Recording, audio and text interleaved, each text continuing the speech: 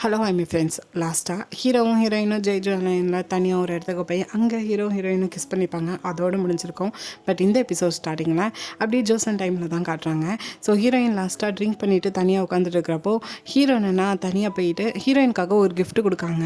ஹீரோயினும் அதை வாங்கி பார்த்துட்டு எனக்கு ஏதாட்டும் ஸ்வீட் வாங்கிட்டு வந்திருக்கலாம்ல, எதுக்கு இந்த சில்வரில் இருக்கிற கத்தி வாங்கிட்டு வந்திருக்கீங்க, இதை நான் யூஸ் பண்ணவே மாட்டேன், இதை நான் பழத்தை வெட்டுறதுக்கு தான் யூஸ் பண்ண போகிறேன்னு சொல்லும்போது பதிலுக்கு ஹீரோவும் நான் தந்த கிஃப்ட்டு ஏன்ட்டே நீ இப்படி சொல்கிற, என்கிட்ட உனக்கு பயம் இல்லையா என்ன? ஆனால் சுற்றி இருக்கிறவங்களாம் என்னை நினச்சி பயந்துட்டுருக்காங்க, நான் ஏதோ ஒரு காப்ளிங் கோஸ்ட்டுன்னு சொல்லிட்டு. அந்த ரூமரை சொன்னது யார் தெரியுமா? நான் தான். ஏன்னா என் பக்கத்தில் யாருமே வராதது எனக்கு நல்லதுன்னு நினச்சேன். ஆனால் இப்போ நீ என் பக்கத்தில் ரொம்பவே க்ளோஸாக இருக்க. நான் உன்னை கொல்ல நினச்சாலும் கொல்லலாம், இல்லை வாழை விட்டாலும் விழலான்னு சொல்லிட்டு கொஞ்சம் டெரராக பேசும்போது ஹீரோயின் பயந்துருந்தாங்க. ஆனால் ஹீரோ சும்மா காமெடி பண்ணிவிட்டு அங்கேருந்து கிளம்பி போகிறாங்க. ஸோ அப்படியே இதை கட் பண்ணி அகைன் இங்கே நம்ம ஜெய்ஜோ ஐலாண்டுக்கு வந்தால் ஹீரோவும் ஹீரோயினும் இப்போ தனியாக உட்காந்துட்ருக்காங்க. ஹீரோயினும் உன்னோட ஃபேஸை பார்த்தாலே தெரியுது, நிறைய பொண்ணுங்க உன் பின்னாடி சுற்றி நீ மாட்டேன்னு சொல்லி அவங்க கவலைப்பட்டுட்டு இருப்பாங்க, நீ ஒரு திமிர் பிடிச்சவன்னு சொல்லிட்டு அப்படியே ஹீரோவோட ஃபேஸே உத்து பார்க்கும்போது ஹீரோ என்னென்னா அகெயின் ஹீரோயினை கிஸ் பண்ணதுக்காக பக்கத்தில் போகிறாங்க. பட் ஹீரோயின் அப்படியே தூங்கி ஷோல்டரில் விழுது இருந்தாங்க.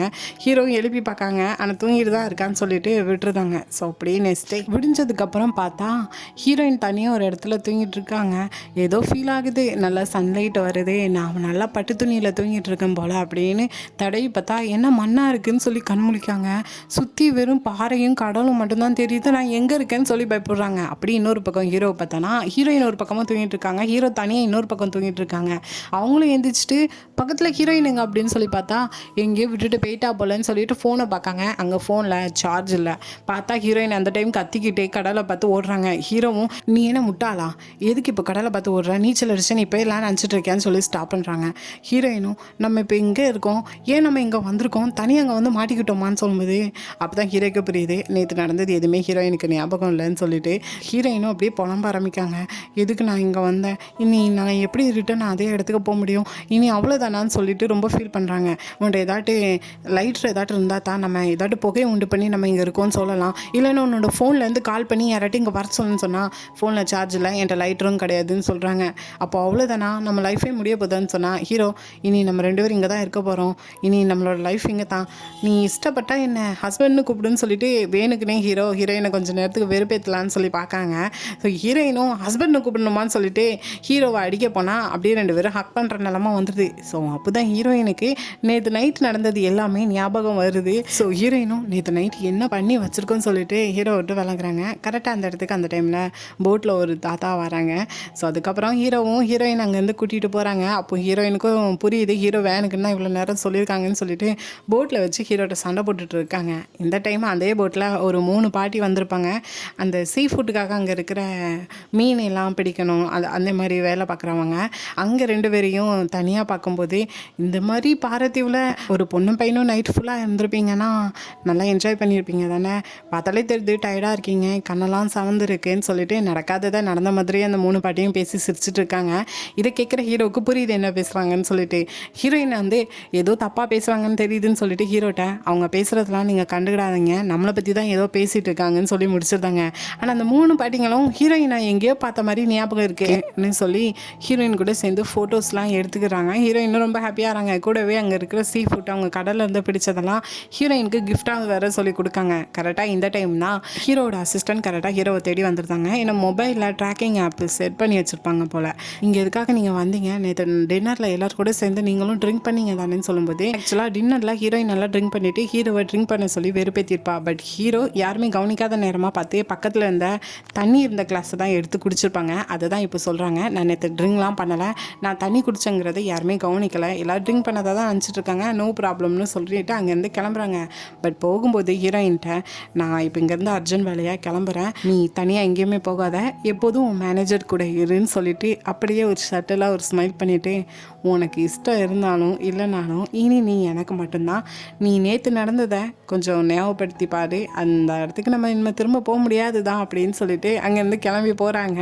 இங்கே ஞாபகம் வந்தும் ஞாபகம் வராத மாதிரி ஹீரோயின் ஆக்டிங் தான் பண்ணிட்டு இருக்காங்க. ஸோ அப்படியே இன்னொரு பக்கம் ஹீரோவோட 2 ஆன்டிஸ் ஆஃபீஸை தான் காட்டுறாங்க. ஹீரோக்கு பிளைண்ட் டேட்டுக்கு அரேஞ்ச் பண்ண அந்த டேகி பொண்ணுக்கும் ஹீரோவுக்கும் ஒரு வேளைக்கு ஒத்து போகிட்டுனா நம்மளுக்கு தான் பிரச்சனைன்னு சொல்லிட்டு அந்த ஃபஸ்ட் ஆண்டி சொல்லிட்டு இருக்காங்க சொத்தை பற்றி. ஆனால் செகண்ட் ஆண்டி என்னென்னா ஃபஸ்ட் ஆண்டிகிட்ட சொல்லாமலேயே அந்த டேகி பொண்ணை இவங்க கூட மசாஜ் சென்டருக்கு வர சொல்லியிருப்பாங்க போல். அவளும் கரெக்டாக அந்த இடத்துக்கு வந்து நிற்கா.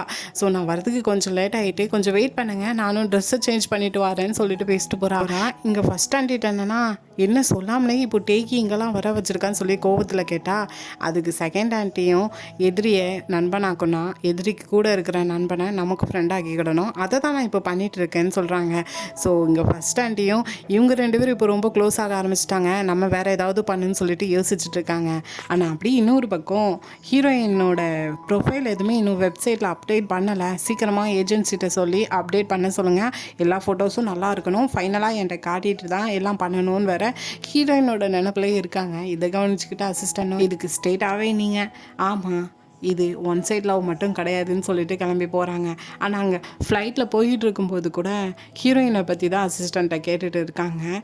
ஸோ அப்படி இன்னொரு பக்கம் இப்போ கிம்மை தான் காட்டுறாங்க. ஆக்சுவலாக ஹீரோக்கு அந்த பிளைண்ட் டேட்டுக்கு அரேஞ்ச் பண்ண டேகிங்கிற பொண்ணு வந்து பெரிய ஒரு பணக்கார வீட்டு பொண்ணு போல். மூச்சங்னு ஒரு கம்பெனி இருக்குது, அது இப்போ இவங்க ஆரம்பிக்க போகிற ரெசார்ட் கம்பெனி கூட பார்ட்னர்ஷிப் வைக்க போகிறாங்க போல். ஸோ அப்படி வச்சா எல்லாருக்கும் நல்லா பெனிஃபிட் இருக்குது. ஸோ தாத்தா இதை பிளான் பண்ணி பண்ணுறாங்கங்கிறது கிம்முக்கும் நல்லா தெரியும். அதை பற்றி தான் ஹீரோவோட ஆஃபீஸில் இருக்கிற இவனோட ஸ்பைட்டை பேசிகிட்டு இருக்காங்க. ஆனால் இந்த டைம் கிம்மோட அசிஸ்டன்ட் வந்துட்டு ஒரு பிரச்சனையை சொல்கிறான். இவங்க கொண்டுட்டோன்னு நினச்சிட்டு இருந்த நர்ஸ் என்னென்னா இப்போது ஹாஸ்பிட்டலில் ஹீரோ காப்பாற்றி ட்ரீட்மெண்ட் கொடுத்துட்ருக்காங்க, கண் முழிச்சா நம்மளை பற்றி சொல்ல வேண்டியது வரும் அப்படின்னு சொல்லி ஒரு பெரிய பிரச்சனையை சொல்லிட்டு இருக்கான். இங்கே ஹீரோவும் போலீஸ் பாதுகாப்போட அந்த நர்ஸுக்கு ட்ரீட்மெண்ட் நடந்துட்டுருக்கு. கூட இருக்கிற அந்த டாக்டரும் என்னோட கிளினிக்லேயே இதெல்லாம் நடந்திருக்கு, நான் தந்த டேப்லெட் எதையும் நீ சாப்பிடாம இரு, அதுதான் உனக்கு நல்லதுன்னு வேறு சொல்லிட்டு இருக்காங்க. ஹீரோவும் அதெல்லாம் பார்த்துக்கிட்டேன்னு சொல்லிட்டு கிளம்புறாங்க. அப்படியே நைட் டைம் ஆகுது. ஃபைனலாக ஹீரோயின் வீட்டுக்கு வந்தாச்சு. அங்கே வந்து உட்காந்துட்டு இருக்கும்போது கூட இருக்கிற பக்கத்து ரூம்மேட்டும் இது அங்கே ரெசார்ட்லேருந்து உனக்கு கிஃப்ட்டுன்னு சொல்லிட்டு ஸ்வீட் கொடுத்து விட்டாங்கன்னு சொல்லி கொடுத்துட்டு அவனோட ரூமுக்கு அவன் கிளம்பி போகிறான். ஸோ இந்த டைம் கரெக்டாக ஹீரோவோட ஃபஸ்ட் ஆண்டி வந்து நிற்காங்க. ஸோ அப்படி இதை கட் பண்ணி அகைன் நீங்கள் ஹீரோ காமிச்சோன்னா ஒரே ஹீரோயின் நினப்பு தான் போல். ஹீரோயின் என்ன பண்ணுவான்னு சொல்லிட்டு ஃபோனில் மெசேஜ் அனுப்புறதும் ஹீரோயினை பற்றி திங்க் பண்ணிட்டு இருக்காங்க. இந்த டைம் ஒரு அன்னோன் நம்பர்லேருந்து கால் வருது. ஸோ ஹீரோவும் அட்டன் பண்ணி யாருன்னு பார்த்தா டேகி தான். உங்கள் பிஸ்னஸ் ட்ரிப் எப்படி போச்சு, நம்ம 2 பேரும் பேச வேண்டியது இருக்குது, நான் இப்போ உங்கள் வீட்டுக்கு தான் வந்துட்டுருக்கேன்னு சொல்கிறா. ஆக்சுவலாக இதெல்லாம் ஹீரோக்கு சுத்தமாக பிடிக்கல.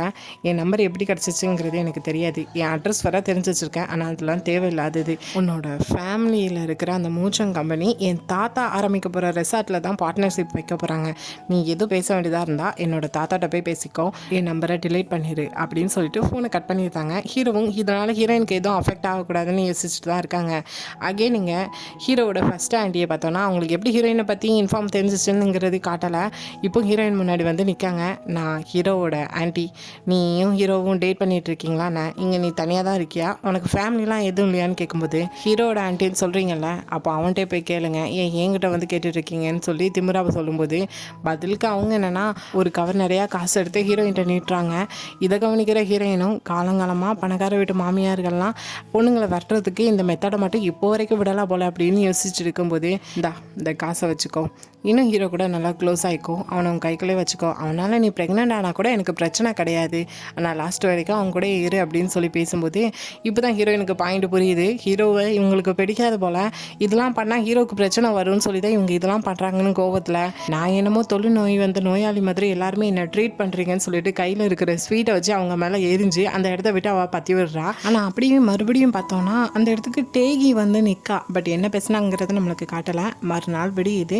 இங்கே ஆஃபீஸில் ஹீரோ உட்காந்துக்கிட்டு ஜேஜேஎல்எனில் ஹீரோயின் எடுத்து அந்த ஃபோட்டோ ஷூட்டில் உள்ள ஃபோட்டோஸ் தான் பார்த்துட்டு அந்த அழகை ரசிச்சுட்டு இருக்காங்க. இதை கவனித்து அசிஸ்டண்ட்டும் இன்றைக்கி நீங்கள் ரொம்ப ஹாப்பியாக இருப்பீங்க போல, ஆமாம் ஹாப்பியாக தான் இருக்கேன் தெரியும், ஏன்னா இன்றைக்கி ஹீரோயினோட பர்த்டே வச்சு அப்படின்னு சொல்லும்போது இப்போ தான் ஹீரோக்கே தெரியும் போல் பர்த்டேவா, இப்போ வந்து சொல்லிட்டு இருக்கேன் என்ன கிஃப்ட் பண்ணேன்னு சொல்லிட்டு ஒவ்வொன்றா சொல்லிட்டு இருக்காங்க.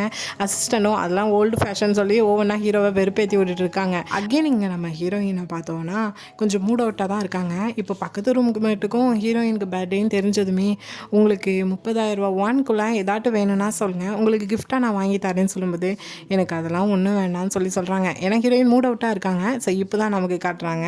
நேற்று நைட்டு டேக்கு என்ன பேசினாங்கிறது, நான் தான் ஹீரோ மேரேஜ் பண்ண போகிறேன், நீ என்ன ட்ரை பண்ணாலும் அது கண்டிப்பாக நடக்க போகிறது கிடையாது, கண்டிப்பாக நான் தான் மேரேஜ் பண்ணுவேன், வேணும்னா நீ ஹீரோ கூட அஃபரில் இருந்தாலும் எனக்கு பிரச்சனை கிடையாதுன்னு சொல்லிட்டு ஹீரோயின்டே ஸ்டேட்டாக சொல்கிறா. ஹீரோயினும், நீ என்ன கேட்டுட்டு வந்து இங்கே வந்து என்கிட்ட பேசுகிறேங்கிறது எனக்கு தெரியல, ஆனால் நீ சொல்கிற மாதிரிலாம் நான் ஒருபோதும் இருக்க மாட்டேன், பதிலுக்கு டேக்கையும் நான் உன்னோட பேக்ரவுண்ட்லாம் செக் பண்ணி பார்த்தேன், உன்ட்ட அந்த அளவுக்கு எதுவுமே கிடையாது, ஆனால் நான் நினச்சா ஹீரோக்கு எதுனாலும் வாங்கி கொடுக்க முடியும், உன்னால் என்ன பண்ண முடியும் அப்படின்னு கேட்டுட்டு அங்கேருந்து கிளம்பி போயிருக்கா. ஸோ அதை நினச்சி தான் இப்போ ஹீரோயின் மூட் அவுட்டாக இருக்காங்க. ஸோ இப்போ என்ன டிசைட் பண்ணுறாங்கன்னா, இனி என்ன நடந்தாலும் சரி ஹீரோ கூட எந்த ரிலேஷன்ஷிப்லேயும் நம்ம இருக்கக்கூடாது, லாஸ்ட்டில் நம்ம தான் ஹேட் ஆகும், ஸோ அது அடியோட முடிச்சு விட்டுறணும் அப்படின்னு சொல்லி டிசைட் பண்ணுறாங்க. ஸோ அதுலேருந்து நெக்ஸ்ட் ஹீரோயினுக்கு இன்றைக்கி அந்த ட்ராமாவுக்கு ஷூட்டிங் இருக்குது. ஹீரோயினோட கேரக்டர் ஒரு காங்பெயின் போல். ஸோ அந்த கேரக்டர் ரொம்ப அழகாக பண்ணுறாங்க. அதோட ஸ்லாங்லேயே, அதாவது ஜோஷனில் எப்படி பேசுவாங்களோ அதே மாதிரி அழகாக பேசுகிறாங்க. ஸோ ஷூட்டிங்லாம் முடிஞ்சோடனே டேரக்டர் ரொம்ப புகழ்கிறாங்க. ஸோ இதை கவனிக்கிற யோன்ஜினுக்கு பொறாமையாக இருக்குது. ஸ்டேட்டாக டேரக்டர்கிட்டே போய் கேட்கா, இப்போ என்ன அவளோட ஆக்டிங்கை பார்த்து அவ்வளோ புகழ்ந்துட்டுருக்கீங்க, அவள் நல்லா பண்ணுறாளா என்னன்னு சொல்லும்போது, நீ கவனிக்கலையாம்மா, அவள் எவ்வளோ அழகாக பண்ணுறா, ஏதோ ஜோசன்லேருந்து வந்து பேசுகிற மாதிரியே பேசிகிட்டு இருக்காம்மா, அவ்வளோ நல்லா இருக்குது, இந்த கேரக்டரை எப்படி நான் வேணான்னு சொல்ல முடியும் அப்படின்னு சொல்லிட்டு அவட்ட சொல்லிட்டு போகிறாங்க. அவளுக்கு கொஞ்சம் ஹீரோயினை பாராட்டுறது பிடிக்காம தான் இருக்குது. ஸோ அப்படியே நைட் டைம் ஆகுது. ஹீரோ இப்போ ஹீரோயினை பார்க்கலான்னு சொல்லிட்டு வந்தால் ஸ்டெப்ஸில் சரியாக லைட் இல்லை. அப்படியே வீட்டு முன்னாடி போனால் அந்த டெரஸில் லைட்டே சுத்தமாக இல்லை. ஆனால் பக்கத்தில் ஹீரோ கொடுத்த அந்த பொக்கேவை வீட்டுக்குள்ளே வைக்காமல் டஸ்ட்பினில் போட்டு வச்சுருக்கிற கவனிக்க ஹீரோவும், அட்லீஸ்ட் வீட்டுக்குள்ளே வச்சுருந்தா கூட நல்லா இருந்திருக்கும் அப்படின்னு யோசிச்சுட்டு இருக்கும்போதே ஹீரோயின் வராங்க.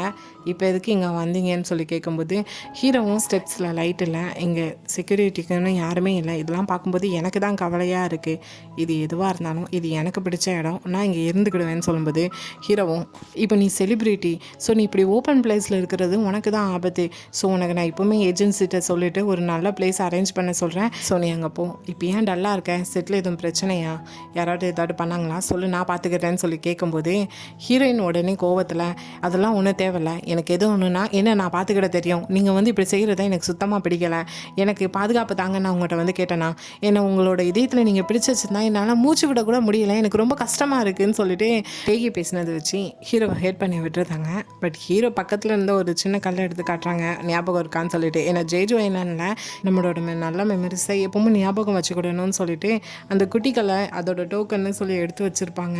ஸோ அந்த கல்லை இங்கே வர கொண்டு வந்திருக்காங்கன்னா அன்றைக்கி நடந்தது எல்லாமே ஹீரோயினுக்கு ஞாபகம் இருக்குங்கிறது ஹீரோக்கு தெரிய வருது. அப்போ என் ஞாபகம் இல்லாத மாதிரி என்கிட்ட நடிச்சிட்டு இருந்திருக்கேன்னு சொல்லும்போது, ஆமாம் என் லைஃப்பில் நீங்கள் இன்வால்வ் ஆகுறது எனக்கு பிடிக்கலை, என் லைஃப்பில் நான் மட்டும்தான், உங்களை மாதிரி யாருமே கிடையாது, அப்படி யாராவது என் லைஃப்பில் வந்தால் அது கண்டிப்பாக நீங்கள் கிடையாதுன்னு ரொம்பவே ஹேட் பண்ணி விட்டுட்டு வீட்டுக்குள்ளே போயிருந்தாங்க. ஹீரோவும் இதுக்கு மேலே ஹீரோயின்ட்ட பேச வேணான்னு சொல்லி கிளம்பிடுதாங்க. ஸோ அப்படியே நெக்ஸ்ட் டே பார்த்தோன்னா இந்த கிம்மு சும்மா இருக்கிற மாதிரியே தெரியல. இப்போ ஜெய்ஜோ என்னன்னு அன்றைக்கி டின்னருக்கு அப்புறம் ஹீரோவும் ஹீரோயினும் தனியாக அந்த பாரதீவுக்கு போனதையும் எனக்கு தெரிஞ்சிருக்கு.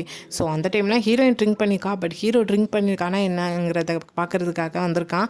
சிசிடிவி கேமராலையும் சரி அங்கேருந்த ஒரு ஒர்க்கரும் சரி அதை அழகாக வீடியோ எடுத்திருக்காங்க.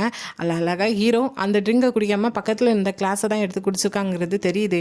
பட் அவன் என்னன்னா அந்த டின்னரில் ஹீரோ ட்ரிங்க் பண்ணிவிட்டு அதுக்கப்புறம் ஹிட் அண்ட் ரன் பண்ணிவிட்டு ஒரு பொண்ணு கூட ஓடி போயிட்டாங்கிற மாதிரி ஒரு ஆன்லைனில் வீடியோவோட ரிலீஸ் பண்ணேன். இப்போ ஹீரோவுக்கு பிரச்சனை வரும், இதை தான் நம்மளுக்கு தேவைங்கிற மாதிரி சொல்லிட்டு இருக்கான். ஸோ இந்த டைமில் தான் ஹீரோவோட கம்பெனியில் அந்த காஸ்மெட்டிக்ஸ் லான்ச் ஆகுது. அதோட ஆட்லையும் ஹீரோயின் தான் நடிச்சிருந்தாங்க. ஸோ அதனாலேயே என்னமோ நல்லா எல்லாமே விற்று போகுது. ஸோ இந்த மாதிரி டைமில் தான் கிம் இப்போ அந்த வீடியோவோட கீழே ஹீரோ ட்ரிங்க் பண்ணிவிட்டு ஹிட் அண்ட் ரன் பண்ணிவிட்டு ஒரு பொண்ணு கூட போயிட்டாங்கிற மாதிரி ஒரு ஸ்டேட்மெண்ட்டும் போட்டு வர்றான். ஏன்னா இவங்க இருந்த இடத்துக்கு பக்கத்தில் தான் ஒரு ஹிட் அண்ட் ரன் ஆக்சிடென்ட் நடந்திருக்கு. ஸோ அந்த இடத்துல கேமரா எதுவுமே இல்லைங்கிறதுனால இப்போ ஹீரோ தான் பண்ணியிருப்பாங்கிற மாதிரி எல்லாருமே யோசிக்காங்க. ஆஃபீஸ் முன்னாடி எப்பவும் ப்ரெஸ்காரங்க இருந்துட்டு தான் இருக்காங்க. ஸோ இந்த டைமில் தான் அசிஸ்டண்ட்டும் ஸ்டாக் ப்ரைஸ் நம்மளுக்கு குறைஞ்சிருக்குங்கிற மாதிரி சொல்லிட்டு இருக்காங்க. ஹீரோ என்ன பண்ணுறது, இப்போ இதுலேருந்து எப்படி வெளியே வருதுன்னு யோசிச்சுட்டு இருக்கும்போது அசிஸ்டண்ட்டும் இதில் இருக்கிற ஒரே விட்னஸ்னால் அது ஹீரோயின் மட்டும்தான். ஸோ ஹீரோயினை ப்ரெஸ் முன்னாடி வந்து உண்மையை சொல்ல வச்சுட்டோன்னா பிரச்சனை இல்லைன்னு சொல்லும்போது ஹீரோ முடியவே முடியாது. அவளை எக்காரணத்தை கொண்டும் ப்ரெஸ் முன்னாடி கொண்டு வரக்கூடாது. ஏன்னா அவளோட அவங்களோட கரியருக்கு தான் ஆக வாய்ப்பு இருக்குங்கிற மாதிரி சொல்கிறாங்க. ஸோ அப்படியே இப்போது இன்னொரு பக்கம் ஹீரோயினோட பாட்டியை காமிச்சோன்னா மார்க்கெட்டில் அவங்க வாங்கின பொருளுக்கு காசை கொடுக்காம நான் காசு கொடுத்துட்டேன்னு சொல்லிட்டு அங்கே வித்துட்டு இருக்க அம்மாட்ட சண்டை போட்டுட்டு இருக்காங்க. பக்கத்தில் இருக்கிற அம்மாவும் நீங்கள் கொடுக்கல, நான் பார்த்துட்டு தான் இருந்தேன், ஆனால் இதெல்லாம் நீங்கள் இதுக்கு முன்னாடி வந்து அதிகமாக வாங்கிட்டு போனீங்களே, என்னாச்சு உங்களுக்கு அப்படின்னு சொல்லி கேட்கும்போது பாட்டியே ரியலைஸ் பண்ணுறாங்க என்னை பாட்டிக்கு ஞாபகம் மருதி அதிகமாகிட்டு போல. ஸோ அதை நினச்சி அப்படியே மயக்க போட்டு விழுறாங்க. பாட்டியை பார்க்கறதுக்காக ஹீரோயின் ஹாஸ்பிட்டலில் போய் மீட் பண்ணுறாங்க. பாட்டியும் நான் நல்லா இருக்கேன், நீ எதை பற்றியும் கவலைப்படாதுன்னு சொல்லிட்டு வழக்கம் போல் அட்வைஸ் பண்ணுறாங்க. பட் அதில் ஒரு முக்கியமான அட்வைஸ் என்னென்னா, ஃபாஸ்ட்டில் என்ன நடந்துச்சோ அதெல்லாம் மறந்துட்டு ஃப்யூச்சரை பற்றி மட்டும் யோசி. ஸோ உனக்கானது எதுவோ அதை நீயே உன் கூட வச்சுக்கோங்கிற மாதிரி சொல்லியிருக்காங்க. ஸோ ஹீரோயினும் அதை நினச்சிட்டு அங்கேருந்து கிளம்பி போகும்போது கேபில் ரேடியோவில் ஹீரோவை பற்றி ஹிட் அண்ட் ரன் கேஸை பற்றி தான் வந்துட்டு இருக்கு. ஸோ அங்கே இருக்கிற டிரைவரும் கண்டிப்பாக அந்த ஆள் ஜெயிலுக்கு போயிடுவாங்கிற மாதிரி சொல்லிட்டு இருக்காங்க. இதை கேட்குற ஹீரோயினும் ஜெயிலுக்கு போயிடுவாங்களாங்கிற மாதிரி யோசிக்காங்க. எனக்கு ஹீரோயினுக்கு தெரியும்ல ஹீரோ அப்படி எதுவுமே பண்ணலைன்னு சொல்லிட்டு இங்கே போர்டிங் ஹவுஸ்க்கு வந்தால் பக்கத்து ரூம்மேட்டை தான் மீட் பண்ணுறா. அங்கேயும் ஹீரோ ஜெயிலுக்கு போக வாய்ப்பு இருக்காங்க கேட்கும்போது அது என்னங்கிறது தெரியல, அது உண்மையாங்கிறது கூட நமக்கு தெரியல, அது அவங்க தான் பார்த்துக்கிடணும்னு சொல்லும்போது இங்கே ஹீரோயினும் சரி அவங்க தாத்தா தான் பெரிய பணக்காரங்களாச்சே, அவங்க பார்த்துக்கிடுவாங்க அப்படின்னு யோசிக்கலாம். ஆனால் ஒரு செகண்டு டேகி சொல்லியிருப்பான்ல என்னால் ஹீரோக்கு எதுனாலும் பண்ண முடியும், உன்னால் என்ன பண்ண முடியுங்கிறது. ஸோ அதை ஹீரோயின் லைட்டாக யோசித்து பார்க்காங்க. அங்கேருந்து அப்படியே ஹீரோயினோட ரூஃப் டாப்புக்கு போனால் எப்பவும் இருட்டாக இருக்கிற இடம் இந்த டைம் ரொம்ப பிரைட்டாக இருக்குது. ஏன்னா ஹீரோ தான் நல்லா நல்லா டெக்கரேஷன் பண்ணி வச்சுருக்காங்க. ஹீரோயினுக்காக ஒரு பர்த்டே விஷ் கார்டும் இருக்குது. ஸோ ஹீரோயினும் அதை எடுத்து பார்த்தா உன் பக்கத்தில் இருந்தாலும் சரி என்ன வேண்டாம்னு சொல்லி நீ தள்ளி வச்சாலும் சரி நான் இப்போ வரைக்கும் நீ ஹாப்பியாக இருக்கும்னு தான் நான் ஆசைப்பட்றேன். நீ திருந்த நிலாவை விட இன்னைக்கு உன்னோட நிலா ரொம்ப பிரைட்டாக இருக்குங்கிற மாதிரி எழுதியிருக்காங்க. ஸோ ஒரு பர்சனை நம்ம இவ்வளோ தான் ஹேட் பண்ணாலும் அவங்க அதே அன்பை தரதை பார்க்குற ஹீரோயின் அவ்வளோதான் மெல்ட் ஆகிட்டாங்க. இதுக்கப்புறம் என்ன கண்டிப்பாக ஹீரோக்காண்டி ஏதாவது பண்ணணும்னு சொல்லிட்டு அங்கேருந்து ஸ்ட்ரெயிட்டாக ஓடிய ஹீரோவோட ஆஃபீஸில் போய் நிற்காங்க. இந்த டைம் ஹீரோவும் ஆஃபீஸ்லேருந்து கிளம்புறாங்க. ஹீரோயினை பார்த்ததுமே இங்கே எதுக்கு வந்தேன்னு சொல்லி கேட்கும்போது உங்களுக்காக தான் வந்தேன்னு சொல்கிறாங்க. கரெக்டாக இந்த டைமில் வெளியே தான் அவ்வளோ ஃப்ரெண்ட்ஸ்காரங்களும் நிற்பாங்க. ஸோ 2 பேரும் ஒன்றா நிற்க பார்த்ததுனே ஃபோட்டோ எடுக்க ஆரம்பிக்காங்க. ஹீரோயினை யாரும் பார்த்துருக்கூடாதுன்னு சொல்லிட்டு ஹீரோ உடனே கோட்டை எடுத்து ஹீரோயினோட ஃபேஸை மறைச்சிக்கிறாங்க. இங்கே எதுக்கு வந்திருக்கேன், இப்போ என்ன நடக்கும் தெரியுமா, உங்களை ப்ரொடெக்ட் பண்ணலான்னு சொல்லி தான் நான் வந்திருக்கேன்னு சொல்லும்போது ஹீரோவும் அப்படி நடந்துச்சுன்னா ஒரு வேளைக்கே நம்மளோட 2 பேரோட கரியரும் ஒன்றும் இல்லாமல் போகிறதுக்கு வாய்ப்பு இருக்குதுன்னு சொல்லும்போது ஹீரோயின் கொஞ்சம் கூட யோசிக்கலை. ஹீரோட கோட்டை அப்படியே விலக்கி விடுறாங்க. ஸோ அங்கே இருக்கிற எல்லா கேமராவும் இவங்க 2 பேரும் ஒன்றா ஃபோட்டோவும் எடுக்க ஆரம்பிக்காங்க. ஹீரோயினும் இப்போ பாருங்கள் 2 பேரும் ஒன்றா நிற்கும்போது ரொம்பவே பிரைட்டாக இருக்குது அப்படின்னு சொல்கிறாங்க. ஸோ இதோட இந்த எபிசோடு இங்கேயே முடிக்கிறாங்க. ஸோ நெக்ஸ்ட் என்னெல்லாம் ஃபேஸ் பண்ண போகிறாங்கிறத பார்ப்போம்.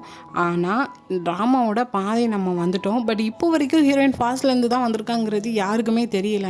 ஸோ என்ன நடக்க போகிறதுங்கிறத பார்ப்போம். ஸோ இந்த வீடியோ பிடிச்சிருந்தா லைக் பண்ணுங்கள், ரொம்ப பிடிச்சிருந்தா எஸ்கே தேவக் ட்ராமாவை சப்ஸ்கிரைப் பண்ணுங்கள். Thank you, bye bye friends.